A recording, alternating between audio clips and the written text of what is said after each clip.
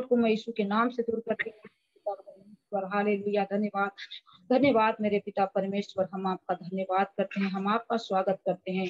धन्यवाद पिता, मैं फिर से अपने जीवन, अपने पूरे परिवार को पिता आपके सामर्थ्य हाथ के नीचे देती हूँ। यीशु आपका लहू का बाड़ा अपने जीवन में लगा दूं इस घर के चारों कोनों पे पिता। मैं फिर से प्रभु जितने भाई बहन जो मीटिंग के द्वारा जुड़े हैं, प्रत्येक भाई बहनों को मैं आपके हाथ में देती हूँ, आपके सामर्थ्य हाथ के नीचे देती हूँ पिता। आपका लहू का बाड़ा उनके हर एक के जीवन में लगाती हूँ। राजा हम धन्यवाद करते हैं, धन्यवाद धन्यवाद पिता, आपने मेरी प्रार्थना विनती सुनी और पिता हम आपकी उपस्थिति को मांगते हैं। राजा अपने उपस्थिति को हम सबके बीच में दें। धन्यवाद पिता, आपने प्रार्थना विनती सुनी इसलिए हम धन्यवाद करते हैं। आगे समय आपके हाथ में दे, अपने उद्धार करता प्रभु यीशु मसीह के नाम से मांगते हैं। आमीन आमीन आमीन। हालेलुया हालेलुया हालेलुया हालेलुया। ओ सन्ना ओ शन दीदी भजन करें? करो भजन।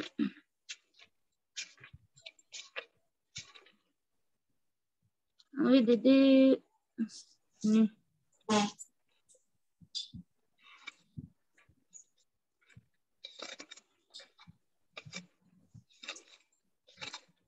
यीशु प्रेमी है, ढूंढ रहे हैं दीदी थोड़ा सा।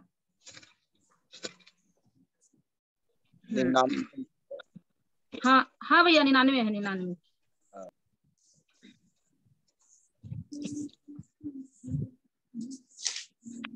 चलिए भैया सब लोग गाते हैं, हम अकेले हैं। प्रेमी यीशु है प्रेमी, कलवरी क्रूस पर ही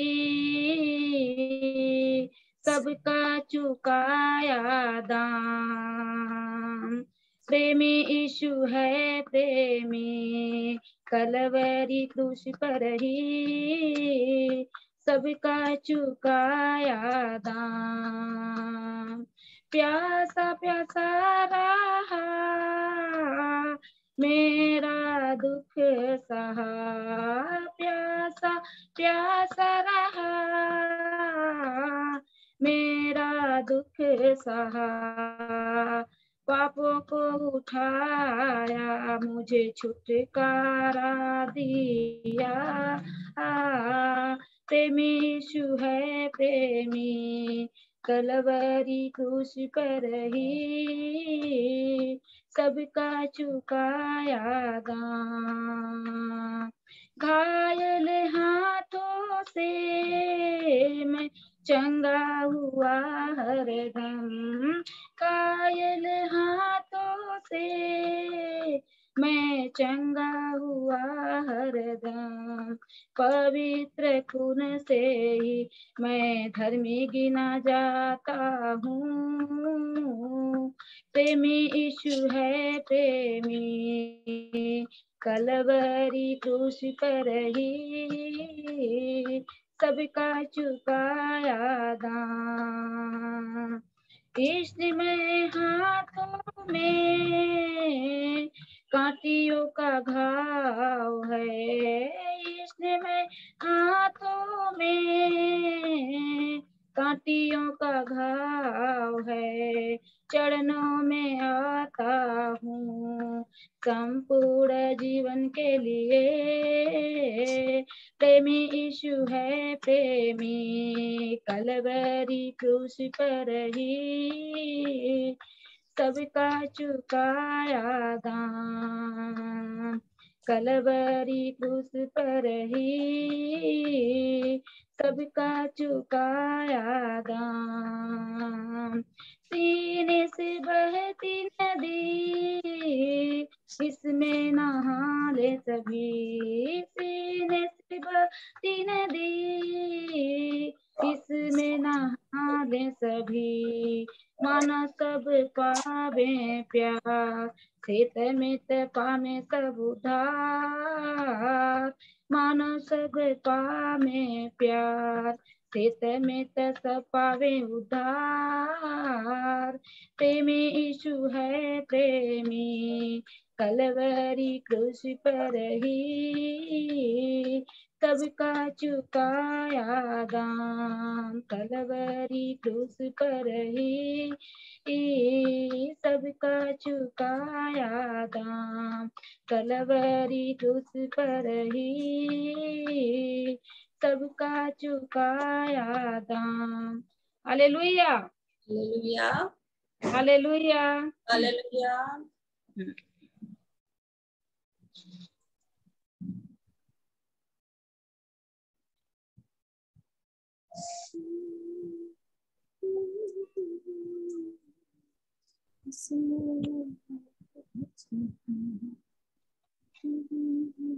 दीदी आजादी गीत में से 305 विनती सुनने वाले। अरे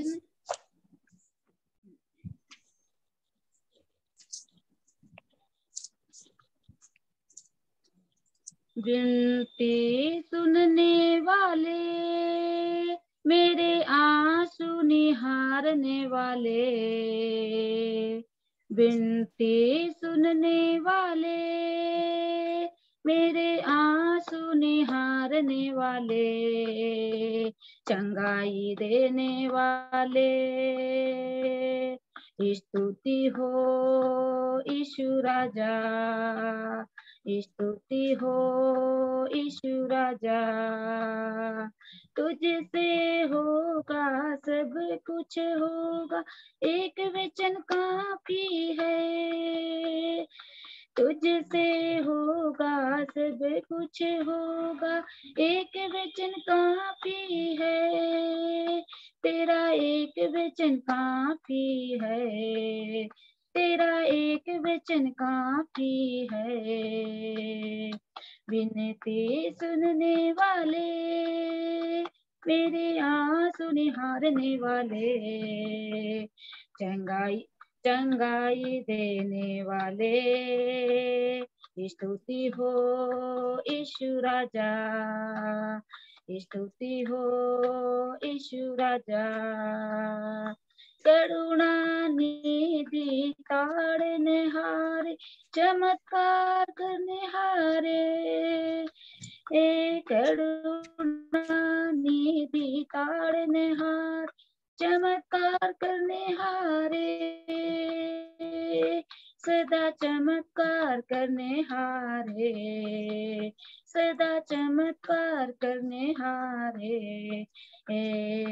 विनती सुनने वाले, मेरे आंसू निहारने वाले, चंगाई देने वाले, स्तुति हो यीशु राजा, स्तुति हो यीशु राजा, मेरी मर्जी चंगे हो जा, यह बोल कर किया सिफा, मेरी मर्जी चंगे हो जा, यह बोल कर किया सिफा, स्वामी यह बोल कर किया सिफा, स्वामी यह बोल कर किया सिफा, विनती सुनने वाले, मेरे आंसू निहारने वाले, चंगाई देने वाले,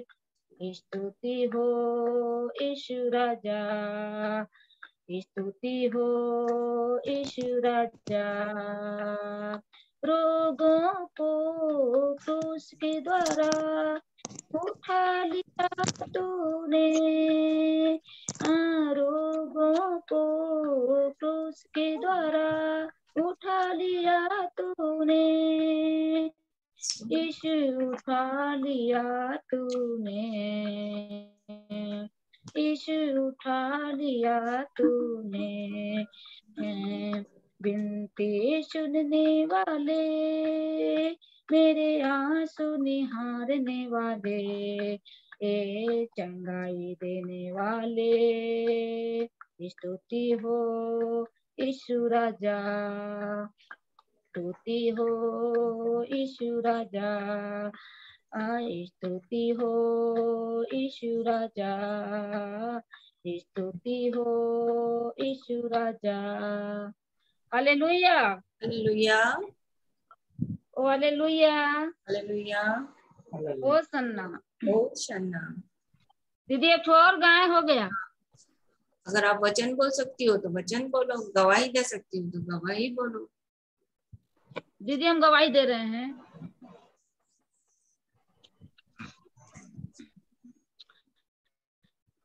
हम उस जीवित परमेश्वर का धन्यवाद करते हैं दीदी कि इधर से हम गवाही नहीं दिए हैं। जब से सरोज दीदी का ये हुआ है ना, तब से पता नहीं हम चले गए थे मम्मी के घर दीदी, तो फिर उधर से भी, उधर तो ठीक थे हम, फिर हम आए तो हमारा इस समय तबीयत बहुत खराब है दीदी। हम देखने में परमेश्वर हमको चला रहे हैं, लेकिन जो हमारा अंदर से है, यहाँ से दर्द उठा है तो यहाँ आएगा, यहाँ से यहाँ जाएगा।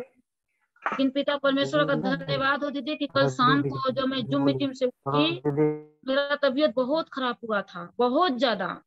फिर मैं एकदम छटपटाने लगी। मैं सोची हे प्रभु मैं क्या करूं, हे परमेश्वर पिता, मैं भैया से फोन करूं 12 बजे कि दीदी से फोन करूं, सब लोग तो सोते होंगे, अब क्या करें पिता परमेश्वर। फिर दीदी मैं आई, बैठ के प्रार्थना की, फिर सोते सोते प्रार्थना की, परमेश्वर पिता से कहने लगी कि हे पिता मेरा सहायक तो आप हैं, मेरे हर दर्द को यीशु के नाम से दूर हो जाए, हर दर्द को यीशु के नाम से दूर हो जाए। इसी तरह दीदी ऐसे करते करते करते मुझे कब नींद आ गया, मैं सो गई। इसलिए मैं पिता परमेश्वर का धन्यवाद करती हूँ कि प्रभु ने मुझे सुबह से लेकर अभी तक बचाए हैं। अभी हमको ठीक लग रहा है दीदी, और मैं जूम मीटिंग में बैठी और पूरे दिन तक मैं काम काज सब कुछ की हूँ। इसलिए पिता परमेश्वर का मैं धन्यवाद करती हूँ। हालेलुया। हालेलुया। वचन याद करी हो? याद पढ़ते हैं वचन दीदी, पढ़ते तो खूब हैं, लेकिन हम क्या बताएं, हम भूल जाते हैं। याद रहेगा लेकिन बोल थोड़ा नहीं थोड़ा पाते हैं। थोड़ा थोड़ा थोड़ा थोड़ा थोड़ा थोड़ा याद करो, एक एक वचन, ठीक है? जैसे आता ऐसे याद आता है हमको कि धन है वो जो मन के दिन है बीच बीच में, लेकिन भूल जाते जो याद है वो बोलो, पढ़ के बोलो, हैं। देख के बोलो। पढ़ के, हाँ हम देख के बोल रहे हैं। जिस दिन प्रभु हमको तैयार कर देंगे कि पूरी एकदम बिना अरे देखे वचन कितना बोले, तो मैं तैयार क्या कर कह दिया सकती। है, बताओ, इतना अच्छा भजन करती हो, इतना अच्छा प्रार्थना करती हो, कोई नहीं समझ पाएगा कि तुम बिल्कुल पढ़ी लिखी नहीं हो। कौन बोलेगा? नहीं कोई नहीं पढ़े बोल हैं पाएगा। दीदी, नहीं वही पढ़े हैं तो, हम, कोई नहीं बोल अनपढ़ हैं। पाएगा। प्रभु ने तुमको कहाँ से कहाँ पहुंचा दिया, और क्या करेगा। पढ़ो। मत्ती का 5 अध्याय का 3 से लेकर 12 पद तक। धन्य हो जो मन के दीन है, क्योंकि स्वर्ग का राज उन्हीं का है। धन्य है वो जो शोक करते हैं, क्योंकि वे शांति पाएंगे। धन्य है वे जो नम्र हैं, क्योंकि वे पृथ्वी के अधिकारी होंगे। धन्य है वे जो धार्मिकता के भूखे और प्यासे हैं, क्योंकि वे तृप्त किए जाएंगे। धन्य है वे जो दयावंत हैं, क्योंकि उन पर दया की जाएगी। धन्य है वे जिनके मन शुद्ध, और क्योंकि वे परमेश्वर को देखेंगे। धन्य वे जो मेल कराने वाले हैं, क्योंकि वे परमेश्वर के पुत्र कहलाएंगे। धन्य वे जो धार्मिकता के कारण सताए जाते हैं, क्योंकि ईश्वर का राज उन्हीं का है। धन्य है तुम जब मनुष्य मेरे कारण तुम्हारी निंदा करे और सताए और झूठ बोल बोल कर तुम्हारे विरोध में सब प्रकार की बुरी बातें कहे, तब आनंदित और मगन होना, क्योंकि तुम्हारे लिए स्वर्ग में बड़ा फल है। इसलिए कि उन्होंने उन भविष्यवक्ताओं को जो तुमसे पहले थे इसी रीति से सताया था। हालेलुया। हालेलुया।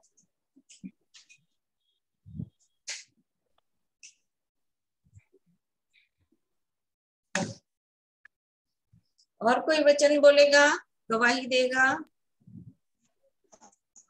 दीदी हम बोलेंगे। मत्ती 5 अध्याय 3 से 12। हल्ला नहीं करो, अच्छे से। धन है जो मन के दिन है, क्योंकि स्वर्ग का राज उन्हीं का है। धन है जो शोक करते हैं, क्योंकि वे शांति पाएंगे। धन है जो नम्र हैं, क्योंकि वे पृथ्वी के अधिकारी होंगे। धन है जो धार्मिकता के भूखे और प्यासे हैं, क्योंकि वे तृप्त किए जाएंगे। धन है जो दयावंत हैं, क्योंकि उन पर दया की जाएगी। धन है जिनके मन शुद्ध हैं, क्योंकि वे परमेश्वर को देखेंगे।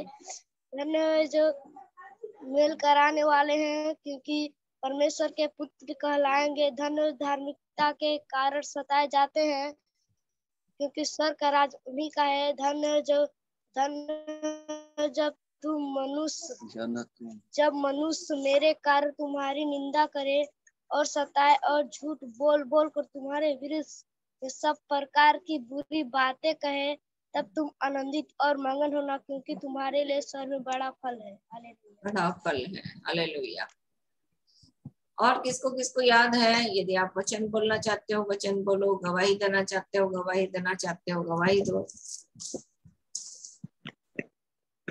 और यदि कोई प्रश्न है तो आप प्रश्न भी पूछ सकते हो।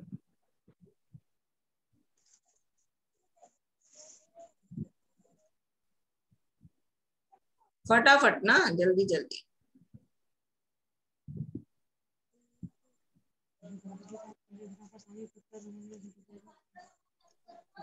दीदी हम बोले, बोलो। धन्य है वे जो मन के दिन हैं, क्योंकि स्वर्ग का राज उन्हीं का। धन्य है वे जो शोक करते हैं, क्योंकि वे शांति पाएंगे। धन्य है वे जो नम्र हैं, क्योंकि वे पृथ्वी के अधिकारी होंगे। धन्य है वे जो धार्मिकता के कारण भूखे और प्यासे हैं, क्योंकि वे तृप्त किए जाएंगे। धन्य है वे जो दयावंत हैं, क्योंकि उन पर दया की जाएगी। धन्य है वे जो मन के शुद्ध हैं, क्योंकि वे परमेश्वर को देखेंगे। धन्य है वे जो मेल कराने वाले, क्योंकि वे परमेश्वर के पुत्र कहलाएंगे। धन्य है वे जो धार्मिकता के कारण सताए जाते हैं, क्योंकि स्वर्ग का राज उन्हीं का है। और उसके बाद हालेलुया। का पद, हालेलुया, उसके बाद का पद याद है? नहीं याद है? नहीं याद है। चलो उसको याद कर लेना, ठीक है। और कोई दीदी बोलेगा? हाँ, गवाही दे रहे हैं दीदी, उसका प्रभु आज हमें संभाल बचा के रखा कि हम मरे नहीं मिट्टी नहीं, उनके महान करुणा का फल है। आप मैं नाम भी धन्यवाद बोलो ना करती भाई, हूँ। नाम भी बोलो। मेरा नाम केश कुमारी है। अच्छा, केश कुमारी बोल रही हूँ। अच्छा अच्छा। हाँ। और दीदी मेरे भाभी का जो बता रहे थे ना कि ऐसे ऐसे हो गया था, तो थोड़ा प्रॉब्लम हो गया, तो डॉक्टर ने बोला उसको मतलब सफाई करवा दो।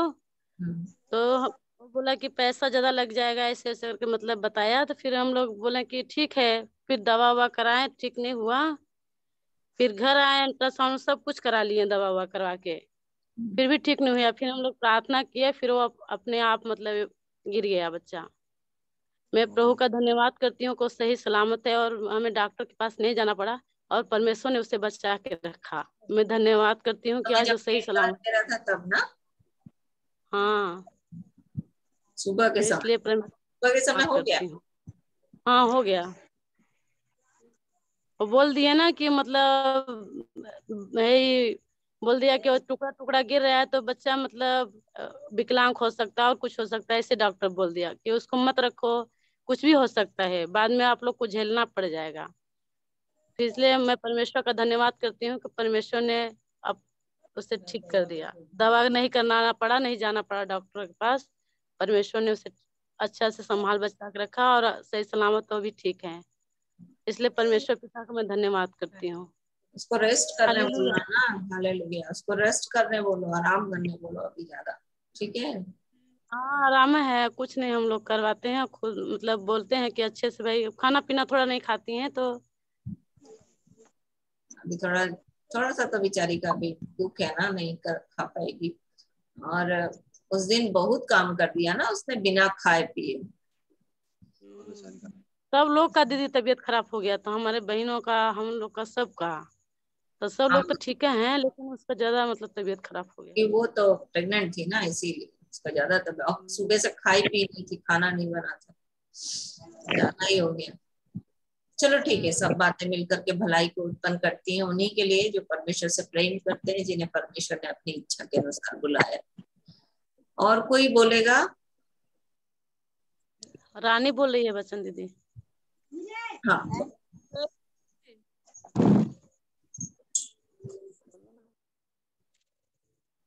मत्ती 5:3 3 से 12। धन है वे जो मन के दिन है, क्योंकि स्वर्ग का राज उन्हीं का है।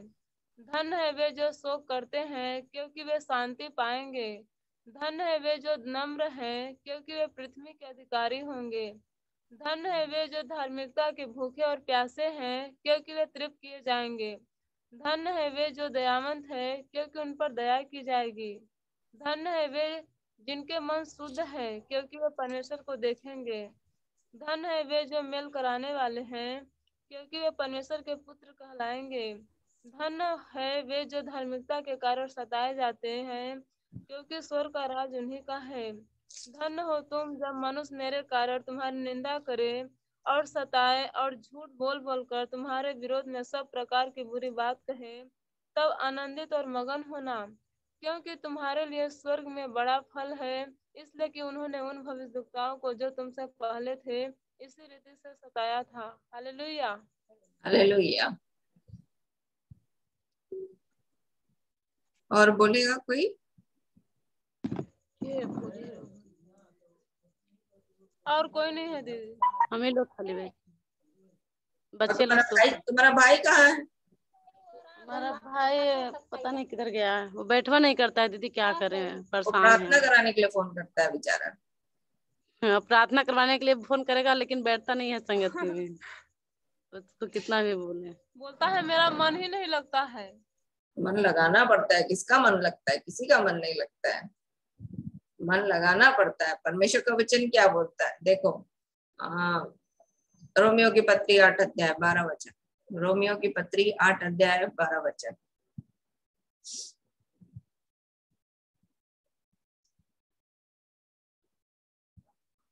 पहले पढ़ो इब्रानियों की पुस्तक उसका 17 अध्याय उसका 9 वचन।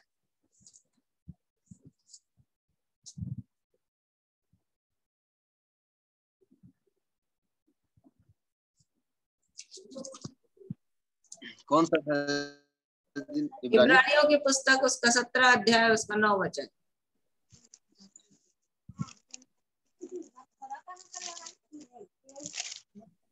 दीदी कौन सा? इब्रानियों की पुस्तक उसका 17 अध्याय उसका 9 वचन। दीदी 17 अध्याय है ही नहीं। इब्रानियों, सॉरी इब्रानियों बोल रहे, यर्मिया यर्मिया यर्मिया, मैं बोल कुछ यर्मिया 17:9। इब्रानी में तो 13 ही आते हैं। 17:9।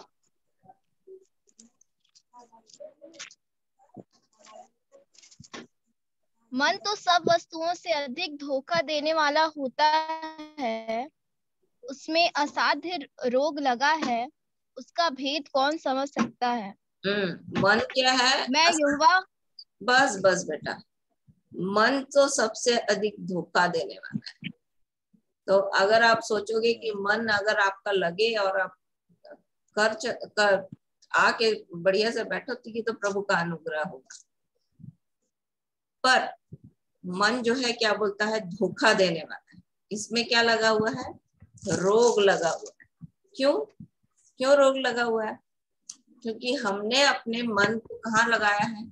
अभी तक संसार और शरीर में लगा के रखा था, है ना। इसलिए प्रभु यीशु मसीह को और यूहन्ना बपतिस्मा देने वाले को बोलना पड़ा मन फिराओ। पतरस को बोलना पड़ा मन फिराओ। मतलब संसार और शरीर से मन हटा करके आत्मा की ओर लगाने का। तो ये तो हमेशा, जब तक एक व्यक्ति के अंदर काम नहीं होगा ना, तो उसका तो मन लगेगा नहीं। पर कम से कम स्थितियों को देख करके हमको ये देखना है कि अगर मन इधर कर रहा है तो हमको इधर लगाने की जरूरत है। इधर मतलब यदि संसार में लग रहा है तो हमको परमेश्वर की ओर लगाने का मन, क्योंकि हमको इस बारे में सोचना पड़ेगा कि मनुष्य का जीवन है ही क्या। वो सांस के समान है बोलता है। सांस क्या है? 1 सेकंड में खत्म हो जाता है। मनुष्य का जीवन क्या बोलता है? मनुष्य का जीवन धुएं में की कुप्पी के समान है बोलता है। मतलब एक कुप्पी में धुआं रखा हुआ है, ढक्कन खोलोगे तो धुआं क्या हो जाता है? और हो जाता है। ऐसा मनुष्य का जीवन। तो मन तो कभी अच्छा करेगा नहीं। फिर मैंने कौन सा वचन बोला? रोमियो की पत्री 8 अध्याय 12 वचन।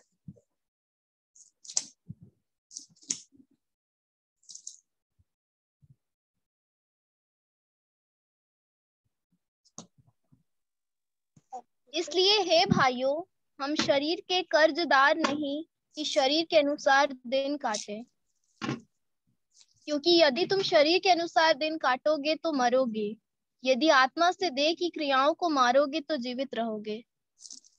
तो मनुष्य को सोचना पड़ेगा क्या कि अगर हम शरीर में जी रहे हैं तो हमको फायदा तो कुछ है नहीं। अल्टीमेटली हमको आना कहाँ पड़ता है? परमेश्वर के पास आना पड़ता है। जैसे अभी हम लोग बात कर रहे थे, प्रार्थना करवा लेता है, सुबह से कितना 6:30 बजे फोन किया था, रात में फोन करता है, तो तकलीफ आती है तो फोन करता है। मैं उसी के लिए नहीं बोल रही, वो तो बेचारा है, हर किसी का यही है।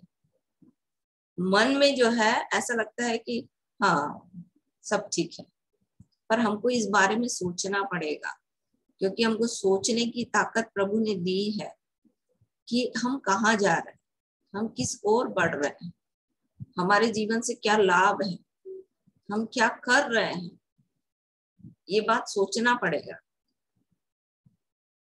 और वहां से हटा करके किसकी ओर लगाना पड़ेगा? जहां हमको फायदा हो। जैसे कि आदमी नौकरी करने जाता है, उसका मन करता है क्या? नहीं करता है। रोज रोज जाने से उसका मन नहीं करता, लगता अरे क्या रोज रोज ड्यूटी जाएंगे। कोई भी काम जब आप करते हो तो आप थक जाते हो उसी काम को करते। पर चूंकि हमारा जीवन संसार में, हमने अपने अधिकार को शैतान के हाथ में दे दिया है, तो संसारिक काम में हम थकते नहीं है। मतलब संसार में बैठे रहते हैं, 3 घंटा आदमी बैठ करके मूवी देखता है ना, थकता नहीं है। थोड़ा सा लगता है कि अच्छा अभी हम लोग दूसरी दुनिया में आ गए, भले वहां से निकल के आएगा तो वही दुनिया रहेगी जहां से वो निकल के गया था, पर फिर भी वहां पर बैठने से आदमी थकता नहीं है। कई बारी जबरदस्ती करना पड़ता है, मेरे को भी जबरदस्ती करना पड़ता है। काम की व्यस्तता, सब कुछ इधर उधर रहता है, लगता है अरे थक गया मन, अभी वो थोड़ा सा घूम लेते हैं, थोड़ा ये कर लेते हैं। जबरदस्ती जब आत्मा इस बात को बोलती है, आत्मा बोलते रहती है वचन पढ़ो, आत्मा बोलती है प्रार्थना करो, और जब काम का व्यस्तता दिखता है तो लगता है अरे करे ना करे, करे ना करे, करे ना करे, पर जबरदस्ती जा करके बैठती हूँ। करना पड़ता है, क्योंकि परमेश्वर का वचन बोलता है आत्मा से देह की क्रियाओं को मारोगे तो जीवित रहोगे। सो प्रभु हमारी सहायता करे कि हम इस मुख्य बात को सीखें, समझें। आज ही मैं मन में सोच रही थी कि किसको किसको लगता है, पूछूंगी कि किसको किसको लगता है कि आज हम लोग क्या सीखेंगे। किसको किसको लगता है? हाथ बताओ, उठाओ, अपना वीडियो ऑन करके लगो, हाँ बताओ किसको किसको लगता है कि आज हम क्या सीखेंगे। कुछ नया सीखेंगे, या हम लोग जाते हैं यहाँ से तो कैसा लगता है, जब हम जूम मीटिंग से यहाँ से लौटते हैं तो कैसा लगता है? आज कुछ सीखा ऐसा लगता है कि नहीं लगता है? बताओ ना। लगता है दीदी, लगता है तो बोलो ना। हाँ, दिन भर में मन मुरझा जाता है, लेकिन शाम को फिर ताजा होता है तो और ताजा हो जाता है। तभी तो दुख होता है तो फिर याद करते हैं परमेश्वर को, नहीं कैसे करते हैं। तो ये क्या है? ये आत्मा का काम चल रहा है आपके जीवन में, आत्मा आपको चला रहा है। इसी को बोलते हैं आत्मा के चलाए चलते हैं वे परमेश्वर के पुत्र कहलाएंगे। मन करना चाहिए, अंदर से ये लगना चाहिए। हाँ बोलो दीदी। वो पिछला वाला जो छूट गया था ना, वो मसीह मतलब परमेश्वर, प्रभु ने मतलब परमेश्वर ने मसीह को क्यों चुना ऐसे करके? परमेश्वर ने मसीह को क्यों चुना? आप कह रहे थे ना किस विषय में, बताओ परसों मसीह को क्यों चुना, मतलब ऐसा कर। क्या बोल रही थी मैं? मसीह को क्यों चुना? परमेश्वर ने स्त्री को क्यों चुना, ऐसे नहीं बोली थी? हाँ, स्त्री को क्यों चुना, मसीह को नहीं चुना, ऐसा आपने गलत सुना है। वो सिस्टर ने क्वेश्चन किया था ना कि परमेश्वर ने स्त्री को क्यों स्त्री को ही क्यों बनाया है ना, स्त्री क्यों बनाया या स्त्री की रचना क्यों की, तो उसके कारण से मैं आपको बता रही थी कि स्त्री को ही क्यों। तो बता रही थी कि कलीसिया जो है उसके कारण से परमेश्वर अपनी योजना को पूरी करने के लिए स्त्री को बनाया है। समझ में आया सोनू? हाँ दीदी। मसीह को क्यों चुना? मसीह को इसलिए ठहराया ताकि मैं और आप परमेश्वर के साथ संबंध बना ले, क्योंकि हम दूर थे ना, परमेश्वर से दूर थे। हमारा पाप जो है हमको परमेश्वर से दूर कर दिया था। तो हम परमेश्वर के निकट आने के लिए, परमेश्वर से हमारा संबंध बनने के लिए यीशु मसीह को आना पड़ा। और पूरा शुरुआत से चला आ रहा था ये सब काम, शुरुआत से इन द सेंस उत्पत्ति की किताब से चला आ रहा है। यीशु मसीह का पहला बलिदान हुआ क्योंकि पाप आ गया था, तो परमेश्वर को बलिदान करना पड़ा कि मनुष्य के अंदर चमड़े का अंग रखा आ जाए, चमड़े का अंग रखा पहना करके मनुष्य की नंगाई ढापी जाए, क्योंकि टेम्परेरी काम कर रहा था, मतलब अस्थायी काम कर रहा था मनुष्य पत्तों से जोड़ जोड़ के। अंजीर का पत्ता रहता है, उसको आप पूरी रीति से जोड़ नहीं सकते, है ना, क्योंकि वो किनारे साइड में ऐसे झुका रहता है ऐसे, तो पूरा पोर्शन उसका आप नहीं सील सकते। अंजीर का पत्ता देखना ऐसे करके ऐसे जोड़ता है, तो ये वाला ऊपर वाला भाग क्या होता है, इसको आप नहीं जोड़ सकते हो, बीच वाले पोर्शन को आप जोड़ सकते हो, पर कॉर्नर को नहीं जोड़ सकते। तो कहीं ना कहीं उसमें गैप आ जाता है, मतलब गैप को क्या बोलेंगे, छेद। हाँ बोलो। हमारे समझ में नहीं आता, अंजीर का पेड़ होता है, आज तक नहीं समझ पाए हैं हम। अंजीर एक फल होता है, ठीक है। हाँ। अंजीर एक फल होता है, वो पेड़ में लगता है, और अंजीर के पेड़ में फल आने से पहले बहुत सारी पत्तियां आती हैं, उसी में बहुत सारी एक खासियत है कि बहुत सारी पत्तियां उसमें निकलती हैं। इसलिए जब प्रभु यीशु मसीह वहां पर आए थे तो केवल पत्ता दिखा, उनको फल नहीं दिखा। तो ये जो अंजीर का फल रहता है वो शरीर के लिए बहुत ही मतलब ऊर्जावान रहता है, ताकत देने वाला रहता है अंजीर। और उसका जो छोटे छोटे उसमें दाने रहते हैं ना, वो पेट के लिए बहुत अच्छे रहते हैं, पेट के लिए। तो इसलिए अंजीर को खाना चाहिए। और मैं तो आपको किसी दिन बता रही थी कि बाइबल में जितने फल आए हैं, बाइबल में जितने सब्जियां का नाम आए हैं, वो सब जो है मनुष्य खाएगा ना तो बीमार कभी नहीं पड़ेगा, क्योंकि वहां पर लिखता है ना, कांदा, खीरा और खरबूजा, और ये सब चीज मनुष्य के लिए बहुत महत्वपूर्ण है। गिनती की किताब उसका 11 अध्याय में जब इजरायली मिस्र से छूट कर आए तो उनको याद आ रहा था क्या, कांदे और प्याज, लहसुन और खरबूजा और खीरा, ये सब याद आ रहा था। ये सब चीज न्यूट्रिशन में है हमारे, ये हमारे लिए बहुत हमारी जरूर पोषक चीजें हैं हमारे शरीर के लिए।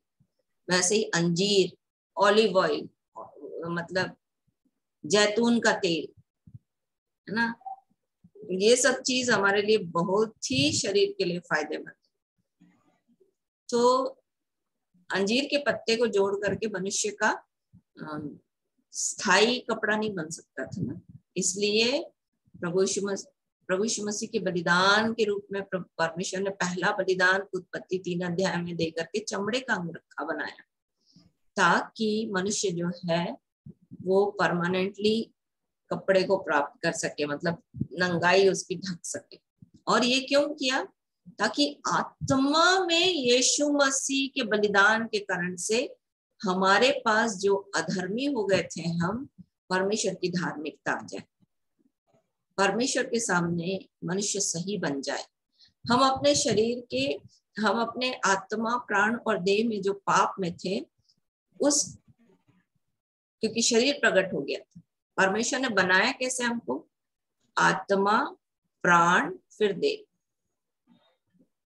मनुष्य कैसे दिखता है? जब शरीर प्रकट हो गया तो कैसे दिखता है? शरीर, प्राण और आत्मा। इसलिए जब हम लोग अभी बात कर रहे थे कि मन तो नहीं करता आनंद का, क्यों? क्योंकि शरीर सामने है ना। जब तक शरीर प्रकट रहता है आत्मा की चीजें नहीं समझ में आती, नहीं दिखती। तो शरीर, प्राण और आत्मा, इसको कैसे समझाऊंगी? जब आदमी सब भला चंगा रहता है तो आदमी को याद नहीं आता है, परमेश्वर के बारे में कोई खोजबीन नहीं होती, विरोध करता है, परमेश्वर की इच्छाओं को, परमेश्वर की योजनाओं को विरोध करता है। पर जब उसको पता चलता है कि अब मैं बीमार हो गया हूँ, तब भी वो लगता है कि अच्छा चलो डॉक्टरों का चक्कर काटेंगे तो ठीक हो जाएंगे। फिर उसके बाद जब बीमारी बढ़ जाती है और डॉक्टर भी जवाब दे देता है कि अब मेरे बस का नहीं है, तब मनुष्य घूमना फिरना चालू करता है कि कोई मेरे को बचा ले। अब किसकी चिंता हो रही है? प्राण की चिंता हो रही है। पर चूंकि आत्मा नहीं दिखती ना, आत्मा नहीं दिखती, इसलिए मनुष्य को आत्मा की बिल्कुल चिंता होती ही नहीं। पर परमेश्वर चाहता है आत्मा में मनुष्य जिंदा हो जाए ताकि प्राण और शरीर स्वस्थ रहे। इसलिए प्रभु यीशु मसीह आया कि पापों की क्षमा हो जाए। आप देखना, जितने लोगों के बीच में, काफी लोगों के बीच में जब प्रभु यीशु मसीह ने चंगाई की तो बोलते हैं तेरे पाप क्षमा हो गए, तेरे पाप क्षमा हो गए, तेरे पाप क्षमा हो गए। मतलब पाप के कारण से आत्मा में मनुष्य परमेश्वर से अलग हो जाता है, तब प्राण और शरीर उसका साथ छोड़ देता है। आज मैं सुन रही थी एक भाई को, तो वो बोल रहे थे देखो फटाकों से पंगा ले लो। पंगा ले लो मतलब फटाकों के बीच में फटाके से आप खेल कर सकते हो, इवन बम से भी आप खेल कर सकते हो, पर पाप से अगर खेलोगे ना तो नहीं बच पाओगे, क्योंकि पाप जो है परमेश्वर से मनुष्य को अलग कर देता है। तो यीशु मसीह आने का अभिप्राय हमको पाप से छुड़ा करके मनुष्य को परमेश्वर से मिलाने के लिए आया, और इसी काम को करने के लिए परमेश्वर ने यीशु को बलिदान दिया। और ये उत्पत्ति से चालू हो गया था। उत्पत्ति से परमेश्वर की योजना, क्या बोलते, जगत की उत्पत्ति से परमेश्वर ने हमारे लिए योजना बना रखी है, करने के लिए तैयार की है। बोलता जगत की उत्पत्ति से, तो जब सृष्टि की रचना नहीं थी तब परमेश्वर ने एक मैप तैयार कर लिया था। अभी तो मनुष्य ऐसे जो अच्छा घर बनाता है ना, तो वो क्या करता है, कोई भी परमानेंटली घर बनाने की कोशिश करता है तो पहले मैप तैयार करता है, मतलब नक्शा तैयार करता है, नक्शा, और उस नक्शे के अनुसार वो बनाता है। तो परमेश्वर ने इस सृष्टि की रचना करने से पहले क्या तैयार कर लिया था, नक्शा तैयार कर लिया था, और उस नक्शे में स्त्री को जोड़ा था। अब मैं आ रही हूँ स्त्री।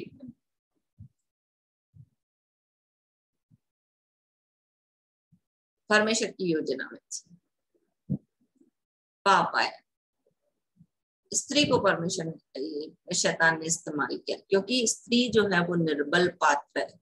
इसलिए परमेश्वर का वचन बार बार पुरुष को कहता है कि उसका निर्बल पात्र जानकर उसका आदर कर। देखो परमेश्वर स्त्री को कितना रिस्पेक्ट देता है, पर आदमी स्त्री को रिस्पेक्ट नहीं करता। मतलब मेल फीमेल का रिस्पेक्ट नहीं करता। मनुष्य क्या बोलेंगे, आदम जो है हवा का रिस्पेक्ट नहीं करता। लोगों के अंदर ये थिंकिंग आ रहा है हवा कभी अच्छा कर ही नहीं सकती, ये सोच है। इवन मैंने कई बार ही सुना है कई लोगों के मुंह से कि हवा कभी अच्छा सोच नहीं सकती, हवा कभी अलग अच्छा कर नहीं सकती, इसलिए उसको घर के मामले में उसको ज्यादा इंटरफेयर करने मत दो, क्योंकि हवा जो है हमेशा गलत करेगी, कभी अच्छा कर ही नहीं सकती। ये सोच है लोगों की। पर परमेश्वर का वचन बोलता है कि निर्बल पात्र जानकर उसका आदर कर। बहुत सारे लोग बोलते हैं कि अरे हमको स्त्री क्यों बनाया, इतना ढेर सारा प्रॉब्लम मेरे पास आती है, तो बहुत सारे लोग बोलते हैं अरे हमको स्त्री ने क्या हमको स्त्री बना दिया। पर आप और मैं परमेश्वर के शुक्रगुजार होना चाहिए हम लोगों को कि परमेश्वर ने हमको स्त्री बनाया, क्योंकि हम परमेश्वर के लिए बहुमूल्य हैं। क्या बोलते, जिसने स्त्री ब्याह ली उसने उत्तम पदार्थ पाया। नीति वचन उसका 18 है।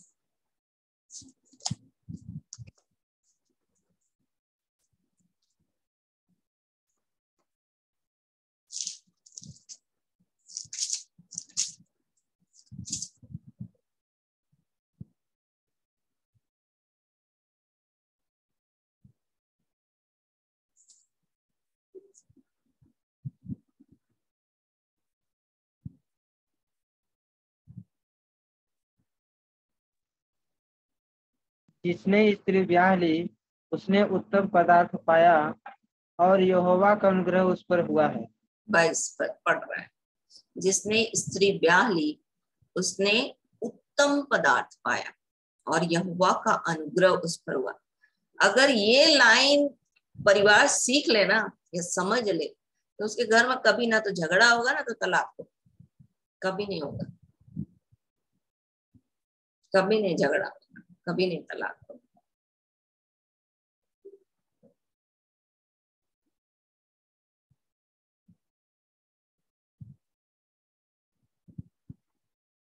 इसलिए परमेश्वर के वचन में स्त्री को बहुमूल्य पात्र जाना है।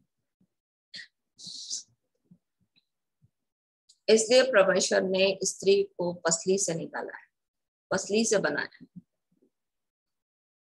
कल अपन देख रहे थे कि स्त्री के जीवन को परमेश्वर ने क्यों बनाया, मेल खाए, सहायिका बने। तो कैसे सहायता करती है वो, उसके हृदय का प्रोटेक्शन करके, है ना, उसके शरीर, उसके लीवर का, उसके यकृत का, उसके फेफड़े का, सबका सुरक्षा दे करके रीढ़ से बनाया। और पीछे, सामने भी सुरक्षा दे, पीछे भी। मतलब स्त्री के बनाने की रचना में परमेश्वर ने पूरे शरीर को संभालने के लिए काम दिया। वैसे ही आत्मा में परमेश्वर ने स्त्री को इसलिए बनाया कि पूरी रीति से वो सुरक्षित करे। इसलिए बोलता बुद्धिमान स्त्री अपना घर बनाती है। मतलब एक घर बनाने की जिम्मेदारी परमेश्वर ने किसको दी है, स्त्री को दी है। क्यों? क्योंकि उसने बनाया है, वही रचना है कि आगे और पीछे पूरी रीति से सुरक्षित रखे। तो क्या बोलता है, मेल। हिंदी में मेल बोलता है, इंग्लिश में सुटेबल, मतलब उसके योग्य बन जाए, उसके योग्य परमेश्वर ने उसको तैयार किया। और इसलिए वो रीढ़ की हड्डी को हटा करके उसमें मांस भरा कि उसकी कमी को कभी कोई पूरा ना कर सके। मतलब वो जो निकली है उसके अलावा उसमें कोई और ना घुस सके, उसकी कमी को पूरा ना कर सके। वो एक अकेली, इसलिए एक ही को क्यों नहीं बनाया। फिर बोलता है उसको कंप्लीट करती है। मतलब मेल को कंप्लीट करने के लिए, मतलब आदमी को पूरक का पूरक बनकर स्त्री को परमेश्वर ने बनाया। और स्त्री जो है वो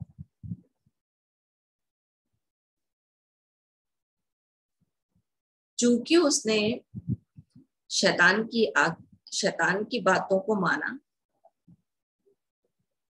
तो आज उसका रिजल्ट ये है कि श्राप उसके जीवन में ऐसा काम कर रहा है कि वो पांव की जूती बनकर रह गई। कैसे जानते हो? क्या बोलता है? प्रभुता। तेरी लालसा उस पर होगी और वो तेरे ऊपर प्रभुता करेगा, मतलब डोमिनेट करेगा। मेल जो है वो हमेशा डोमिनेट करेगा, वो अपना प्रभुत्व दिखाएगा। इसलिए ये जो निर्बलता जो थी उसको शैतान ने पोक किया, मतलब उसको अपने लिए पकड़ा शैतान। इसलिए प्रभु यीशु मसीह ने बोला कि प्रार्थना के अलावा किसी बात में दोनों अलग मत दोनों मत में। पहला कुरिन्थियों का 7। एक बात है सिस्टर। हाँ हाँ सिस्टर, सुन रही एक बात अभी आप बोल रही थी ना, कभी जैसे अभी हन्ना के पति था, हन्ना के पति ने कभी भी अपनी पत्नी को कभी डोमिनेट नहीं किया। इतनी दुखी थी, परेशान थी। उसका कारण ये था कि वो परमेश्वर का भय मानता था। यदि आप उसमें देखोगे, उसके कैरेक्टर को देखोगे, पहला शमूएल उसका 1 अध्याय, पहला शमूएल उसका 1 अध्याय।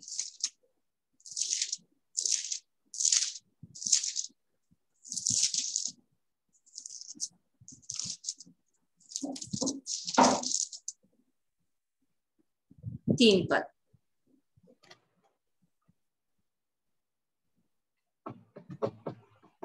वह पुरुष पढ़ो, वह पुरुष प्रति पढ़ो ना। प्रतिवर्ष अपने नगर से सेनाओं के युवा को दंडवत करने और मेल बलि चढ़ाने के लिए शिलो में जाता था। वहाँ ओपनी और यूस नामक एक एली के दोनों पुत्र रहते थे जो युवा के याजक थे। मतलब ये व्यक्ति परमेश्वर का भय मानने वाला था। मतलब हर वो व्यक्ति जो परमेश्वर का भय मानता है, जो परमेश्वर को दंडवत करता है, जिसके जीवन में परमेश्वर का काम, परमेश्वर को महत्व देता है, जिसके लिए प्रायोरिटी परमेश्वर का वचन, परमेश्वर है, वो कभी भी परमेश्वर के वचन के खिलाफ नहीं करेगा। तो वो फिर अपनी पत्नी को डोमिनेट नहीं करेगा। अपन किसकी बात कर रहे हैं? जहां पर अनाज्ञाकारिता है, जहां पर पाप है, वहां पर डोमिनेटिंग लाइफ है, मेल ईगो वहां आता है। जब एक व्यक्ति परमेश्वर का भय मानता है तो वो सबसे पहले क्या करेगा? बोलेगा परमेश्वर स्त्री को निर्बल पात्र जानकर उसका क्या करेगा? रिस्पेक्ट करेगा, आदर करेगा। तो हन्ना के पति के साथ ये क्वालिटी थी, और हन्ना के पास भी ये था कि परमेश्वर के अलावा और कोई नहीं है। इसलिए वो क्या करने गई? वो रो रही थी किसके पास? परमेश्वर के पास, परमेश्वर के भवन में जाकर के रो रही थी। हालांकि वो जो एली था वो उसको सोच रहा था कि ये पी हुई है, मतलब ड्रिंक कर, नशे में है, पर बोलती नहीं, मैं नशे में नहीं हूँ, सताए जाने के कारण से मैं कर रही हूँ। तो परमेश्वर वैसे का भी आदर करता है।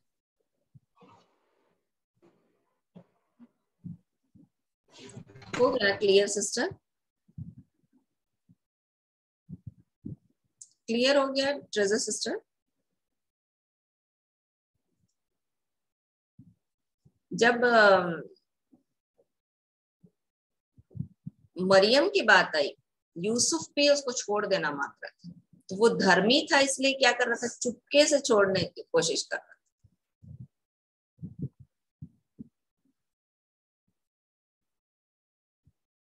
इसलिए परमेश्वर का भय दोनों के जीवन में आना बहुत महत्व। इसलिए बोलते जो डोरी 3 धागों से जुड़ी वो आसानी से नहीं टूटती। मतलब दोनों के बीच में परमेश्वर होना चाहिए, तब शैतान कितना भी कोशिश करे। इसलिए कई लोग इस बात को बोलते हैं कि वहां पर हवा अकेली थी, यदि आदम होता तो शैतान इतनी आसानी से उनके बीच में काम नहीं कर पाता। इसलिए मैं खुलवा रही थी पहला कुरिन्थियों 7 अध्याय।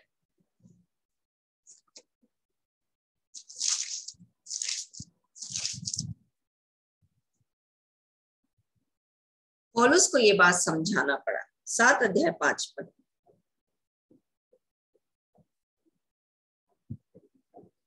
सात अध्याय 5 पद पढ़ो। पहला कुरिन्थी 7 अध्याय 5 पद।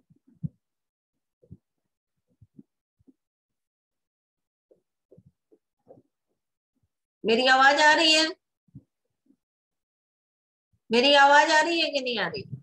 जी दीदी आ रही। पढ़ो। आ रही है। पहला कुरिन्थी 7 अध्याय 5 पद। तुम एक दूसरे से अलग न रहो, परंतु केवल कुछ समय तक आपस की सम्मति से कि प्रार्थना के लिए अवकाश मिले, और फिर एक साथ रहो। ऐसा ना हो कि तुम्हारे असंयम के कारण शैतान तुम्हें परखे। इसीलिए आदम और हवा साथ रहते तो गड़बड़ी नहीं होता, इसलिए साथ में रहने के लिए पौलुस ने सिखाया कि प्रार्थना के समय में अलग हो, बाकी समय दोनों साथ में रहो। और इसी लिए यीशु मसीह ने पसली में भाला खाया, क्योंकि ये जो पाप हुआ था स्त्री से, निर्बल पात्र जानकर उसने जो अपनी अधिकार को शैतान के हाथ में सौंप दिया था, उसको फिर से वापस लाने के लिए परमेश्वर का वचन बोलता है कि उसने पसली में भाला खाया, पांजर में भाला खाया। इंग्लिश में तो साइड में लिखा है, पर इधर रिब्स में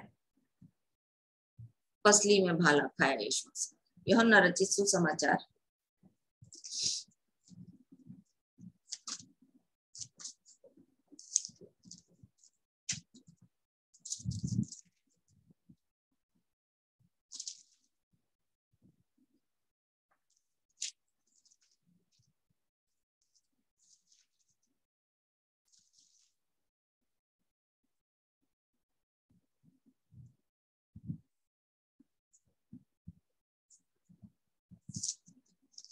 27 पद में 20 का 27 बोलता है कि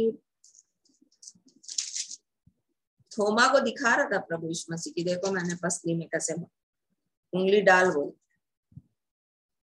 19 अध्याय उसका 34 पद, यूहन्ना रचित सुसमाचार उसका 19 अध्याय 34 पद।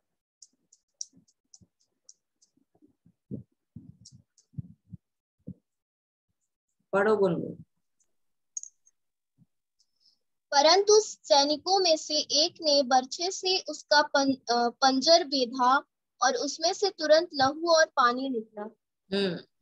तो ये जो अधिकार था उसको वापस स्त्री के पास लाने के लिए यीशु मसीह ने दुख उठा लिया।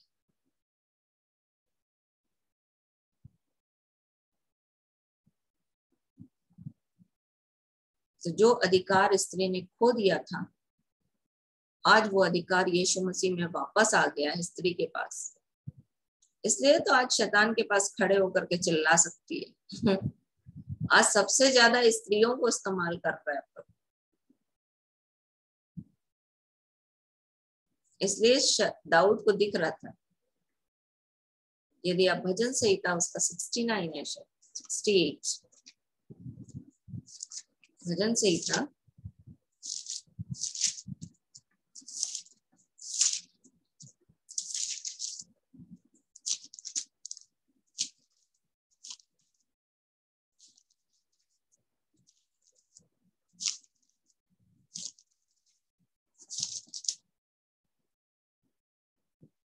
68:11 प्रभु आज्ञा देता है तब सुसमाचार सुनने वालियों की बड़ी सेना हो जाती है। सुनाने वालियों की, है ना, सुनाने वालियों। परमेश्वर का वचन जब स्त्रियों के पास पहुंचता है तो सुनाने वालियों की एक बड़ी सेना इकट्ठी हो जाती है। इसलिए परमेश्वर आज ये स्त्रियों को इस्तेमाल कर रहा है बहुतायत के साथ अपनी कलीसिया के लिए।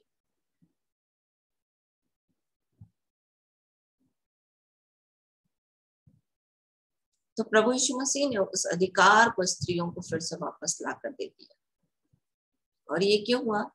ये कलीसिया को वापस मिलने के लिए, अधिकार कलीसिया के पास आने के लिए यीशु मसीह ने अपने आप को दे दिया। और इसीलिए उसने पसली पर भाला खाया, ताकि कलीसिया के पास वो अधिकार जो कलीसिया से छीन लिया गया था वो फिर से यीशु मसीह में कलीसिया के पास आ जाए। मैं सोचती हूँ कुछ कुछ समझ में आ रहा होगा। आ रहा है, नहीं आ रहा है? अगर नहीं आ रहा है तो आप पूछ सकते हो कि कभी दीदी कलीसिया की बात करती है, कभी दीदी स्त्री की बात करती है। इसलिए मैंने शुरुआत में बताया कि स्त्री एक प्रतिरूप है कलीसिया का, जिसको प्रभु यीशु मसीह ने प्रेम किया बोलता है। इसलिए मनुष्य को सिखा रहा था, आदमी मेल को सिखा रहा है, पतियों को सिखा रहा है कि जैसे मैंने कलीसिया से प्रेम करके अपने आप को दे दिया, वैसे ही पति को अपनी पत्नी को वैसा प्रेम करना है, अपनी देह के समान। कारण कलीसिया जो है वो स्त्री जो है वो कलीसिया का प्रतिरूप है, और ये परमेश्वर की बड़ी योजना है कि एक मनुष्य जो है इस बात को समझ ले। जैसे यीशु मसीह ने कलीसिया को आदर किया, कितना गलती करती है कलीसिया। प्रभु यीशु मसीह चाहते हैं कि हम पौलुस के द्वारा ये बताए कि मैं प्रतिदिन मरता हूं, मतलब परमेश्वर की मैं मसीह के साथ क्रूस पर चढ़ाया गया। अब मैं जीवित नहीं रहा, परंतु मसीह मुझ में जीवित है। मैं और किसी बात की बड़ाई नहीं करता। मतलब गलतियों की पुस्तक में बोलता है, मतलब प्रभु यीशु मसीह चाहते हैं कि हर दिन मनुष्य परमेश्वर के उस प्रेम को याद रखे, प्रभु यीशु मसीह के उस बलिदान को याद करे। पर कलीसिया क्या कर रही है आज के डेट में? जो डिनोमिनेशनल कलीसियाएं हैं वो साल के एक बार याद रखती है उस सात वचन को और उसके क्रूसिफिकेशन को, और उस दिन उपवास रखती हैं ताकि इस दुख भोग सप्ताह में उस बात को स्मरण रख सके। और हाँ बोलो। थोड़ा सा बीच में 5 मिनट हम ब्रेक ले रहे हैं ना। बाहर जो बिहार तरफ की हैं बच्ची है, तो ये 3 बहनें हैं, एक लड़का है। ये बच्चे हमसे बहुत प्रीति रखते हैं। आज इसका बर्थडे पार्टी है, तो हमको बुलाने आई है, तो हम नहीं जाएंगे, केक काटने जा रहे। रितिका जा रही है, इसके लिए प्रार्थना कर दीजिएगा ना। माही नाम है इसका। क्या नाम है? माही नाम है। और ये वाली बड़ी है, इसका नहीं है, ये वाली बड़ी है। ये वाली एक थोड़ा और है, जेली नाम है इसका। माही का बर्थडे है आज। अच्छा चलो माही के लिए प्रार्थना करेंगे। हाँ, स्वर्ग और पृथ्वी के राजा यीशु के नाम में प्रभु हम माही के लिए प्रार्थना करते हैं। प्रभु आपका वचन कहता है कि आपके लोग आपका वचन कहता है कि धन्यवाद हो परमेश्वर का जो हमें जय के उत्सव में लिए फिरता है और अपने ज्ञान का सुगंध हमारे द्वारा हर जगह फैलाता है। प्रभु हम आपका धन्यवाद करते हैं कि आप हमारी सुगंध को जो मसीह में है हर जगह फैलाते हैं। आपने सुनीता के जीवन में अपनी सुगंध को दिया ताकि उसके पड़ोसियों के जीवन में वो सुगंध पहुंचे। प्रभु हम आपका धन्यवाद करते हैं। आज के समय में फिर से उनके पड़ोसियों के लिए प्रार्थना करते हैं। प्रभु इसके जीवन के द्वारा वो पड़ोसी के हर एक व्यक्ति बचा ले। पवित्र आत्मा यीशु के नाम में हम माही के लिए प्रार्थना करते हैं। बच्ची के जीवन के द्वारा इनके परिवार में आपका उद्धार आए, ऐसा अनुग्रह चाहते हैं। हम धन्यवाद करते हैं प्रभु कि ऐसा आपने अवसर दिया कि हम इस बच्ची के लिए प्रार्थना कर सके। प्रभु माही के बीते वर्षों में आपने उसे मदद की, सहायता की, सुरक्षित रखा, उसके देह प्राण आत्मा की आपने चिंता की। आपका धन्यवाद। आने वाले समय के लिए हम आपका धन्यवाद करते हुए प्रार्थना करते हैं प्रभु कि माही जैसे जैसे बढ़ती जाती है यीशु के प्रेम को जान सके, यीशु के प्रेम को अपने जीवन में देख सके, ऐसा अनुग्रह चाहते हैं। आपने का विश्वास करके तू और तेरा घराना उद्धार पाएगा। प्रभु माही के लिए प्रार्थना करते हैं, माही के विश्वास के द्वारा इसका परिवार का हर एक व्यक्ति बचा लिया जाए। पवित्र आत्मा आप सबसे प्रेम करते हैं और चाहते हैं कि हर एक मनुष्य बचा लिया जाए, कोई भी नाश ना हो, हर एक अनंत जीवन को प्राप्त करे। इसलिए पवित्र आत्मा यीशु के नाम में हम सब भाई बहनों के पड़ोसियों के लिए प्रार्थना करते हैं। प्रभु हर एक के जीवन में आपकी सुगंध पहुंचे, ऐसा अनुग्रह चाहते हैं। सारा आदर सारी महिमा हम अपने जीवन से आपको देते हैं। दुआ उद्धार करता प्रभु यीशु मसीह के नाम से आपको चढ़ाते और मांग लेते हैं। आमीन आमीन आमीन। जय यीशु। जय यीशु बेटा, जय यीशु। जाओ जाओ जाओ।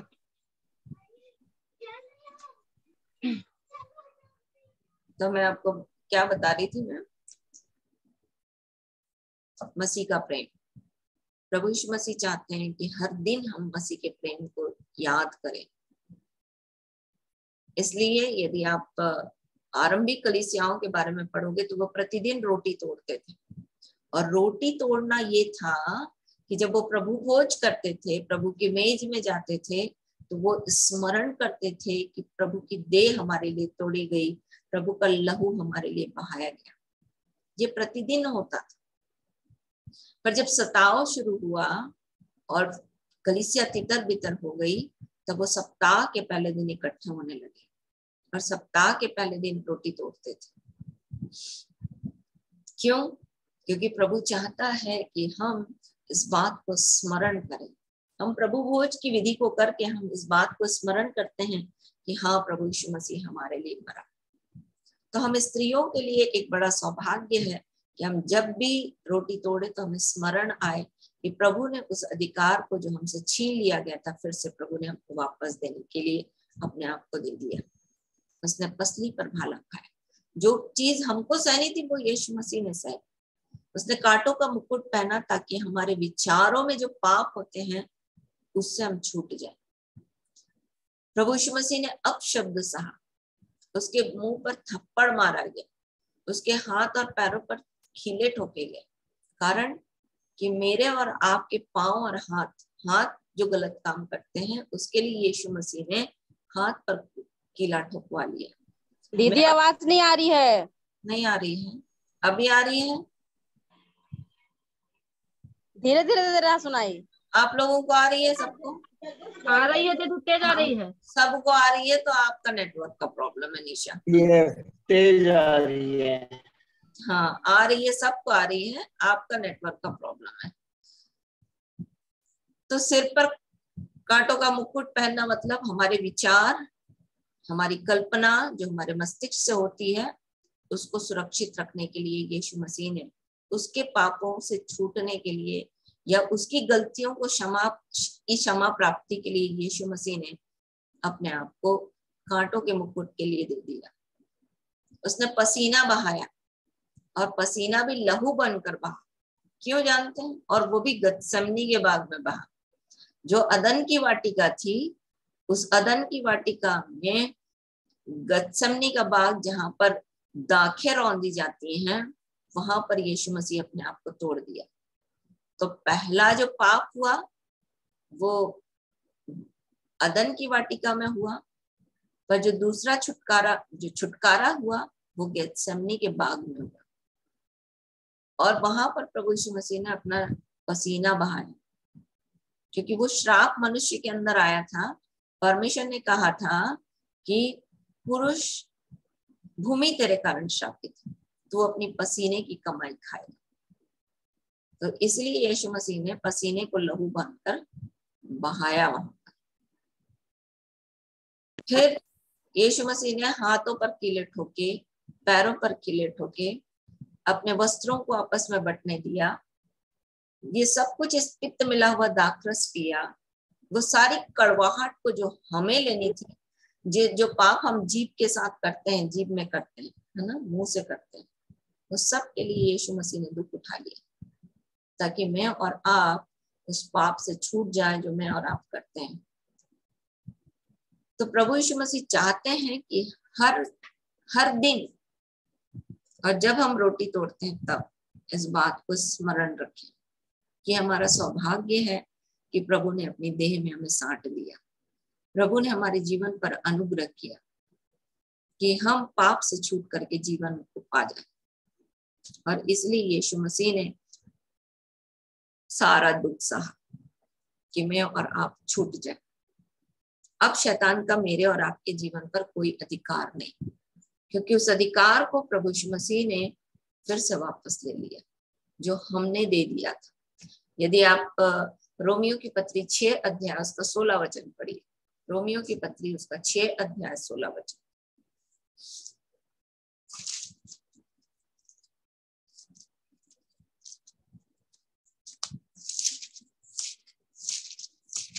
मुझे दिख रहा है तो मैं आपको दिखा रही हूँ।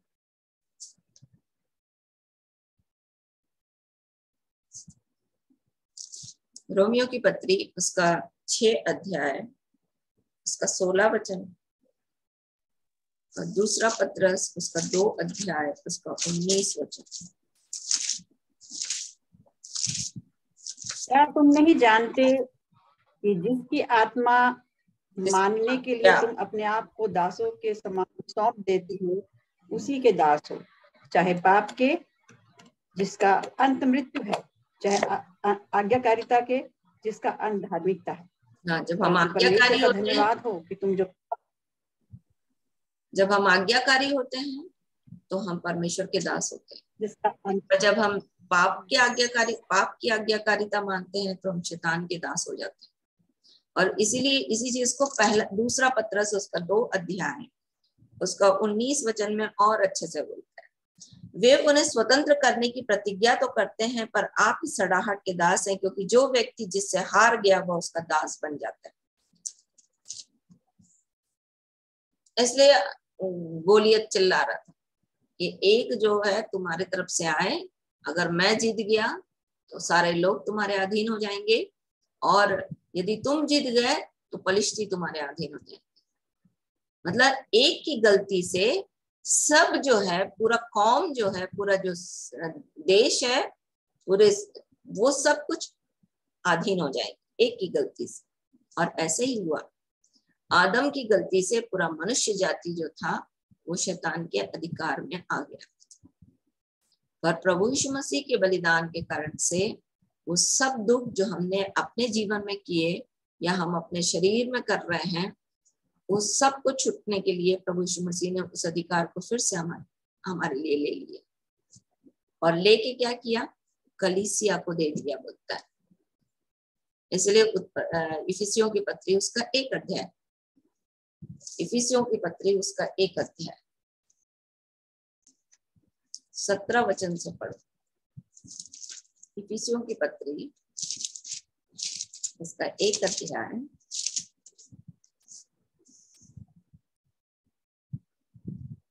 कि हमारे प्रभु यीशु मसीह का परमेश्वर जो महिमा का पिता है तुम्हें अपनी पहचान में बुद्धि और प्रकाशन की आत्मा दे, और तुम्हारे मन की आंखें ज्योतिर्मय हो कि तुम जान लो कि उसकी बुलाहट की आशा क्या है, और पवित्र लोगों में उसकी मिरास की महिमा का धन कैसा है, और उसकी सामर्थ हम में जो विश्वास करते हैं कितनी महान है, और उसकी शक्ति के प्रभाव के उस कार्य के अनुसार जो उसने मसीह में किया कि उसको मरे हुओं में से जिलाकर स्वर्गीय स्थानों में अपनी दाहिनी ओर सब प्रकार की प्रधानता, अधिकार, सामर्थ, प्रभुता के और हर एक नाम के ऊपर जो न केवल इस लोक में पर आने वाले लोक में भी लिया जाएगा बैठाया, सब कुछ को उसके पांव तले कर दिया, सब वस्तुओं पर शिरोमणि चढ़ा करके कलीसिया को दे दिया। मतलब वो सब अधिकार जो क्रूस की मृत्यु के द्वारा प्रभु यीशु मसीह ने हासिल की थी, उसको उठा के किसको दे दिया, कलीसिया को दे दिया। कलीसिया कौन, स्त्री, उसका रूपक है। मतलब जो अधिकार स्त्री के द्वारा छीन लिया गया था, उसको मसीह ने फिर से ले लिया, प्राप्त कर लिया।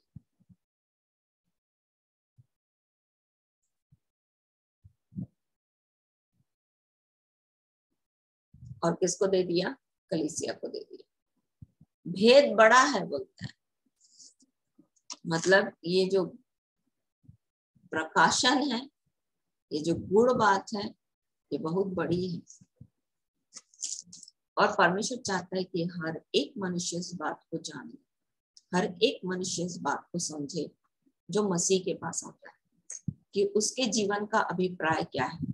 इसलिए ये कहना कि अब शैतान मेरे जीवन में काम कर रहा है, जब हम उसको बोलेंगे या हम उसकी बातों पर विश्वास करेंगे तब वो काम करता है, नहीं तो उसका अधिकार हमारे ऊपर नहीं है, उसका अधिकार हमारे ऊपर नहीं है। इसलिए ये कहना कि वो मेरे ऊपर अटैक कर रहा है, इसका मतलब अभी आप परमेश्वर के अधिकार को नहीं समझ रहे हो जो यीशु मसीह के द्वारा आपके जीवन में आ गया है। यदि मैं और आप इस बात को समझ लेना कि मसीह में हमारे पास वो अधिकार है जो जो यीशु मसीह ने शैतान से छीन कर ले लिया और फिर से हमको दे दिया है, तो फिर हम दुखी नहीं होंगे, फिर हम परेशान नहीं होंगे, फिर हमको दर्द नहीं होगा, फिर हम मतलब ये नहीं बोलेंगे कि अरे देखो शैतान फिर से हमारे जीवन में हावी हो रहा है। नहीं हो सकता, क्योंकि परमेश्वर का वचन बोलता है याकूब में कोई मंत्र नहीं चलता, इजराइल पर कोई भावी कहना मायने नहीं रखता। परमेश्वर का वचन कहता है कि हम जानते हैं कि जो लोग परमेश्वर से उत्पन्न हुए वो पाप नहीं करते, और परमेश्वर उसे बचाए रखता है, और वो दुष्ट उसे छू भी नहीं सकता। कैसे बचाए रखता है? उस अधिकार के द्वारा जो यीशु मसीह की मृत्यु के द्वारा मेरे और आपके जीवन को मिली है।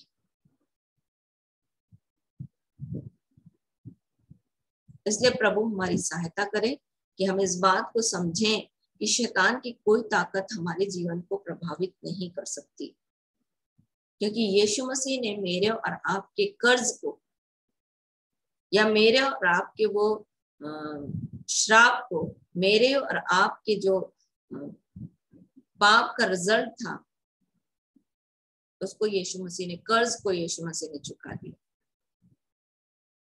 अब हम किसी के कर्जदार नहीं।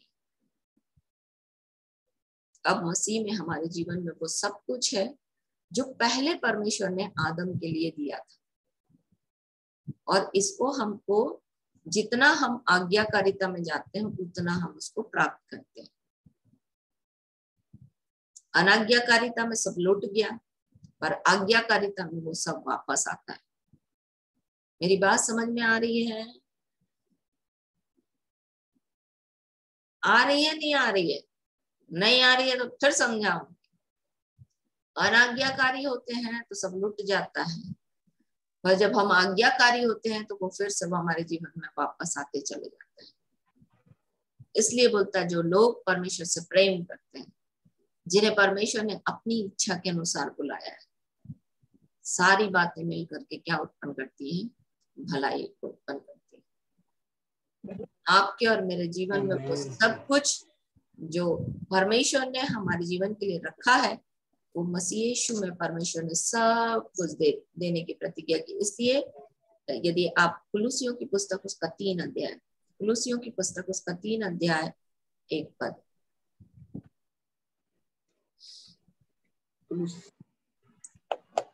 कुलुसियों की पत्री 3 अध्याय उसका 1 पद।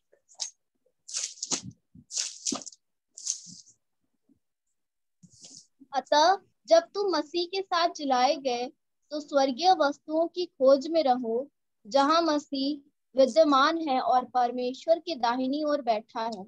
क्या बोल रहा है? हम मसीह के साथ क्या कर दिए गए? जिला दिए गए। तो अब किसकी खोज करना है? स्वर्गीय वस्तुओं, जहां पर मसीह विद्यमान है। मतलब वो अदन की वाटिका अब हमारी है, वो अदन की वाटिका की सारी चीजें हमारी है। मसीह के साथ चलना, परमेश्वर के साथ चलना। इसलिए 1 कुरिन्थियों उसका 1 अध्याय 9 पद बोलता है कि परमेश्वर ने मसीह यीशु में हमें अपनी संगति में बुलाया है। बोलता परमेश्वर का वचन कि परमेश्वर सच्चा है, उसने तुम्हें मसीह यीशु में अपनी संगति में बुलाया है। मतलब वो जो सौभाग्य था जो अदन की वाटिका से मनुष्य के जीवन से खत्म हो चुका था, उसको परमेश्वर ने फिर से वापस कर दिया। कैसे? परमेश्वर दिन के ठंडे समय में आता था आदम से मिलने के लिए, अब परमेश्वर यीशु मसीह के द्वारा 24 घंटा हमारे साथ रहना चाहता है, पवित्र आत्मा के रूप में अंदर और बाहर रहना चाहता है। और ये सब कुछ हमारे जीवन के लिए उस मसीह के क्रूस के बलिदान के कारण से हुआ।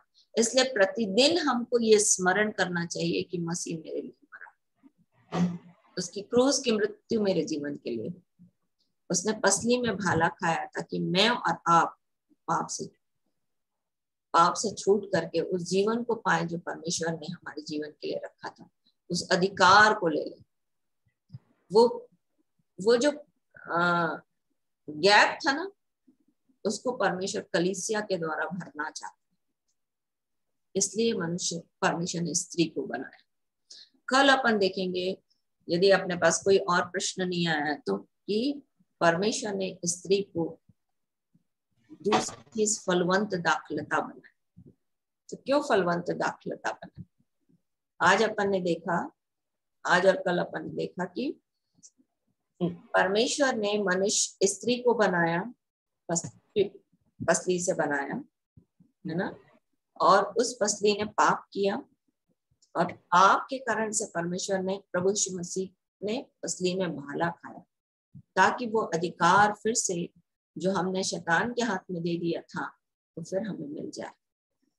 कल अपन देखेंगे कि प्रभु यीशु मसीह के द्वारा हम कैसे फलवंत दाखलता बन सकते हैं, क्योंकि परमेश्वर की योजना है स्त्री के जीवन से कि हम फलवंत दाखलता बने।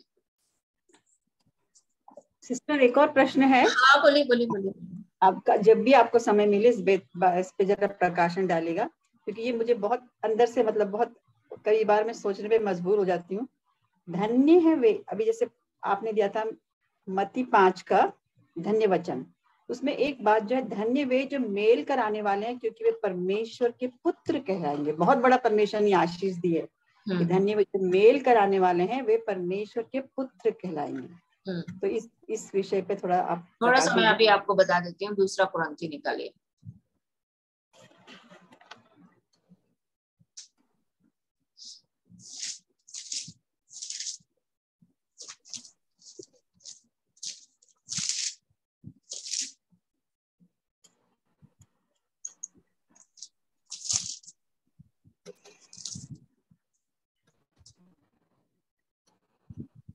दूसरा कुरिन्थी 17 अध्याय से 20 पद। दूसरा कुरिन्थी 5 अध्याय 17 पद से 20 पद तक। वहां पर ऐसा लिखता है, इसलिए यदि कोई मसीह यीशु में है तो वह नई सृष्टि है, पुरानी बातें बीत गई, देखो सब बातें नई हो गई। ये सब बातें परमेश्वर की ओर से हैं, जिसने मसीह के द्वारा अपने साथ हमारा मेल मिलाप कर लिया और मेल मिलाप की सेवा हमें सौंप दी। हर वो व्यक्ति जो मसीह में नई सृष्टि है उसके पास परमेश्वर का एक सेवा है। वो क्या है? मेल कराने। किससे मेल कराना है? आगे बढ़ता है, बोलता है अर्थात परमेश्वर ने मसीह में होकर अपने साथ संसार का मेल मिलाप कर लिया और उनके अपराधों का दोष उन पर नहीं लगाया, और उसने मेल मिलाप का वचन हमें सौंप दिया, इसलिए हम मसीह के राजदूत हैं। मतलब हर किसी को ये प्रोक्लेम करना चाहिए, इस बात की घोषणा करना चाहिए, कि डिक्लेयर करना चाहिए कि मैं मसीह का राजदूत हूँ। क्यों?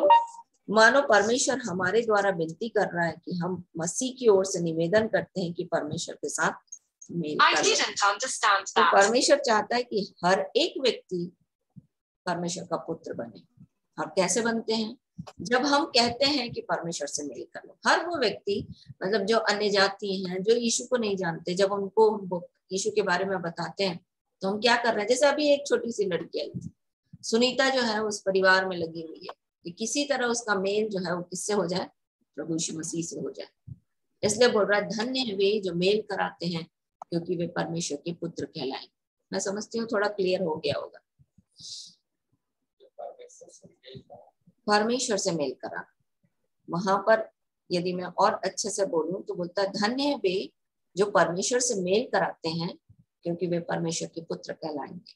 और वो कैसे? क्योंकि मसीह ने हमें नई सृष्टि बनाया, और नई सृष्टि बना करके हमें एक राजदूत बनाया है, ताकि हम परमेश्वर से लोगों का मेल करा दे। जैसे यीशु मसीह ने संसार में आकर के संसार के लोगों से परमेश्वर का मेल करा दिया, वैसे ही हम इस पृथ्वी पर रह करके परमेश्वर के लोगों का परमेश्वर से मेल करा दे। क्लियर हो गया सिस्टर? यस। चलिए रोटी तोड़ेंगे हम लोग।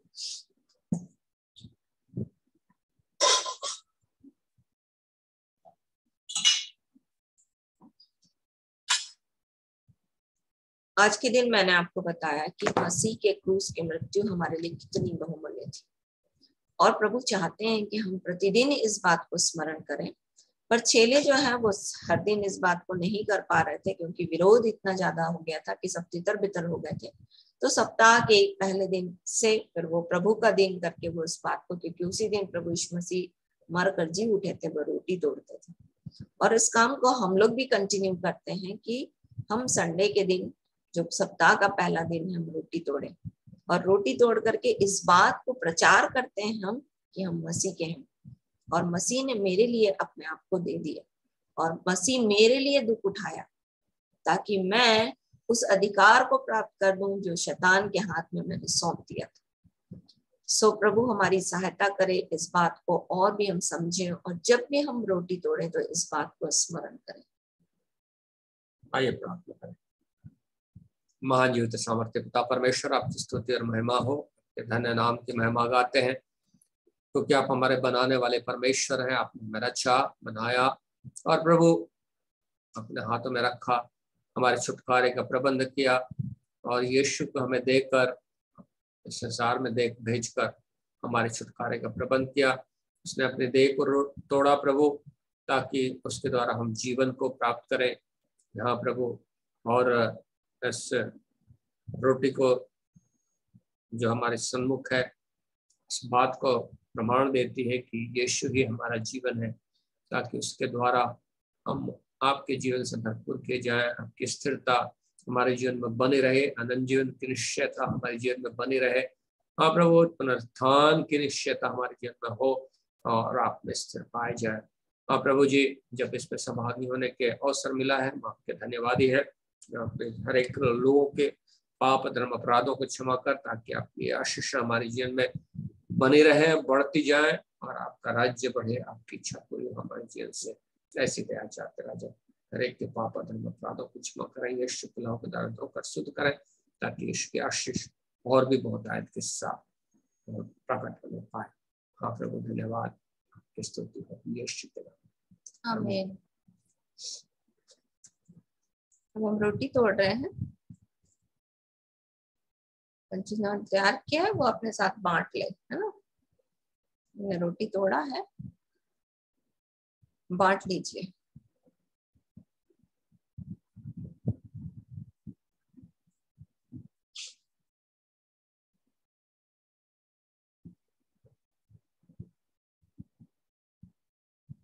आइए धन्यवाद के साथ इसे ग्रहण करें।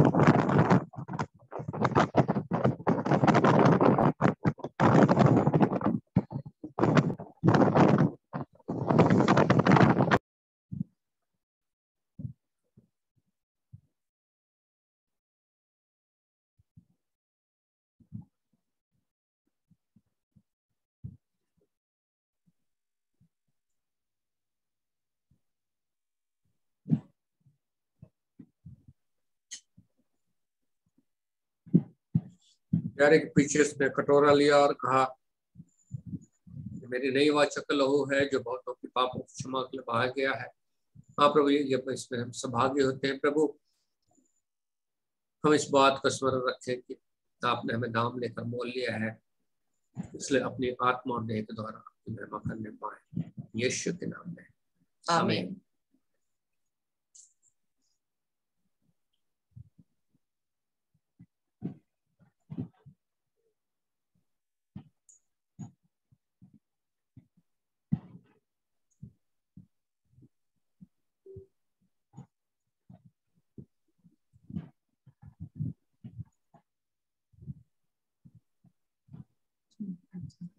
आइए हम धन्यवाद की प्रार्थना करें। पिता, आपका धन्यवाद हो, मसीह यीशु में होकर आपके प्रेम के लिए धन्यवादी हैं और विशेष करके इस मेज में सहभागी होने का अवसर दिया है, धन्यवाद हो। बचे वाक के लिए भी धन्यवाद हो प्रभु, जो इस बात को प्रकट करती कि बहुत सारे लोग हैं अभी भी जो उद्धार पाने के बाकी हैं प्रभु, क्योंकि आप चाहते हैं कि सबका उद्धार हो। इसलिए उसकी आशीष उन तक पहुंचे और आपके से मेल कर लें, आपके साथ जुड़ जाएं, आपकी कलीसिया में सम्मिलित हो जाएं प्रभु, ऐसी दया चाहते हैं। यहाँ पर लोगों के जीवन की प्रार्थना करते हैं, आशीष दे अनुग्रहित कर, और भी मन की आंखें ज्योतिर्मय हो, भीतरी मनुष्यत्व में और भी बलवंत हो, आपके प्रेम में आगे बढ़ने पाए, आपकी इच्छा को पूरी करें और बहुतों को आपके राज्य और महिमा में हाँ सम्मिलित कर सके, ऐसी दया चाहते हैं। जहने की आवश्यकताओं को पूरा कर, प्रार्थनाओं को सुन, उसका उत्तर दे। हाँ प्रभु, दुष्टों की युक्तियों पर जयवंत होने के साथ हाँ प्रभु सहायता कर। रात्रि की सुरक्षा आनंद भरपूरी के लिए हम आपकी ओर देखते हैं। आने वाले दिनों में आपकी इच्छा योजना हमारे जीवन में और भी बहुत आयत के साथ पूरी हो, ऐसी दया चाहते राजा। एक एक के जीवन पर तरस खाए। यीशु मसीह के नाम से मांगते सुने और सर्वराज पर ग्रहण कीजिए। आमीन। अब परमेश्वर का प्रेम, प्रभु यीशु का अनुग्रह, पवित्र आत्मा की सहभागिता हमारे साथ रहे। परमेश्वर का प्रेम, प्रभु यीशु का अनुग्रह, पवित्र आत्मा की सहभागिता हमारे साथ रहे। आमीन। हालेलुया, हालेलुया। होशन्ना, होशन्ना, होशन्ना। सबको जय यीशु, दीदी जय यीशु, जय यीशु, दीदी जय यीशु, जय यीशु, जय यीशु। सबको जय यीशु, जय यीशु दीदी। सबको जय यीशु।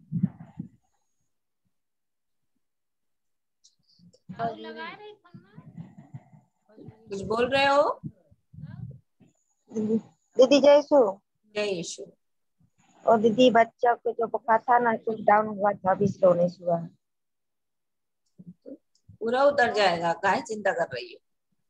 दीदी हमारा तो पैर बहुत फट रहा था। कैल्शियम को कंटिन्यू करो, अभी बच्चा हुआ है, ठीक है? शरीर में कभी दर्द बहुत होता है। और कमर और पीठ पैर में तो दर्द होगा ही, तो आंगनवाड़ी वाले के पास से दवाई ले लो। क्या बोलते हैं उसको, दूध पी सकती हो तो दूध पियो। चलो प्रार्थना करेंगे। यीशु के नाम में प्रभु हम आपका धन्यवाद करते हैं, प्रमीला के बेटे के जीवन को आपने चंगाई दी है प्रभु, और भी आपके साथ चलने में उनकी मदद करें। विशेष रूप से प्रभु जी प्रमीला के लिए उसकी दुर्बलता को यीशु के नाम में दूर करें, क्योंकि आपका वचन कहता है कि आप हमारी दुर्बलता में हमारे लिए सामर्थ हैं। इसलिए यीशु के नाम में आपकी सामर्थ प्रमीला के जीवन में काम करे प्रभु। हर एक पैर का दर्द, हर एक कमर का दर्द यीशु के नाम में चला जाए। अपने हाथ को बढ़ाकर चंगा करें। चिन्ह और अद्भुत काम आपके प्रिय पुत्र यीशु के नाम में किए जाए। पवित्र आत्मा हम सब के लिए प्रार्थना करते हैं, जो भी बीमार है वो यीशु के नाम में चंगे हो जाए। हर एक के जीवन में आपकी शांति राज्य करे। हर एक के दुख को प्रभु आनंद में परिवर्तित कर दीजिए। आपके साथ चलने में हर एक की मदद करिए। यीशु के नाम में मांगते हैं, आमीन, आमीन, आमीन। सबको जय यीशु।